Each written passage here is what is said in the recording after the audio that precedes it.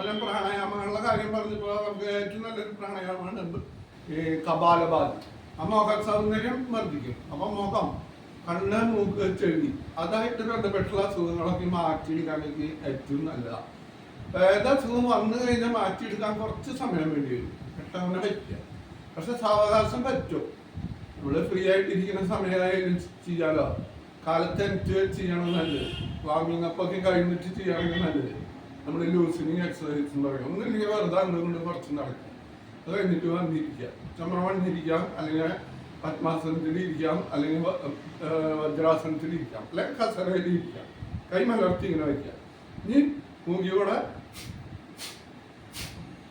പിന്നെ ശ്വാസം വിടണം. ശ്വാസം വിടുമ്പോൾ വയറുള്ളിലേക്ക് പോകണം. മുഖത്ത് ശ്രദ്ധിക്കും.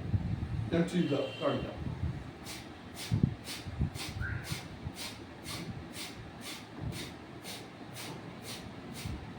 പിന്നെ ഒരു 10 പ്രാവശ്യം എടുക്കുക. അത് കഴിഞ്ഞ് കുറച്ചേറെ റെസ്റ്റ് ചെയ്യാം. പിന്നെ ഒരു 10 പ്രാവശ്യം എടുക്കും.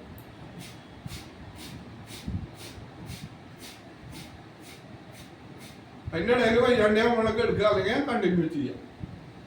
കുറച്ചേറെ ഇറങ്ങാണ്ടിരിക്കുക. നമ്മുടെ ശരീരത്തിലെ ആ മാറ്റങ്ങളൊന്നും ശ്രദ്ധിക്കണം. ഈ 3ാമത്തെ റൗണ്ട്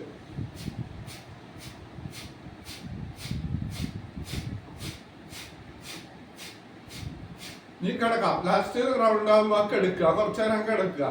കുറച്ച് നേരം കിടന്ന് നമ്മുടെ ആ ശ്വാസത്തിന്റെ അടുപ്പ് കുറയും. അപ്പൊ വലത്തോട്ട് ചെരിഞ്ഞ് കൈ കുത്തി അടിച്ചിരിക്കുക. എന്നിട്ട് കൈ കൂട്ടി തരുന്നു, കണ്ണിന്റെ മുകളിൽ വയ്ക്കാം, നോക്കാം. ഇത്രയും പ്രാണായാമങ്ങൾ തന്നെ മെയിനായിട്ട് ചെയ്താൽ മതി.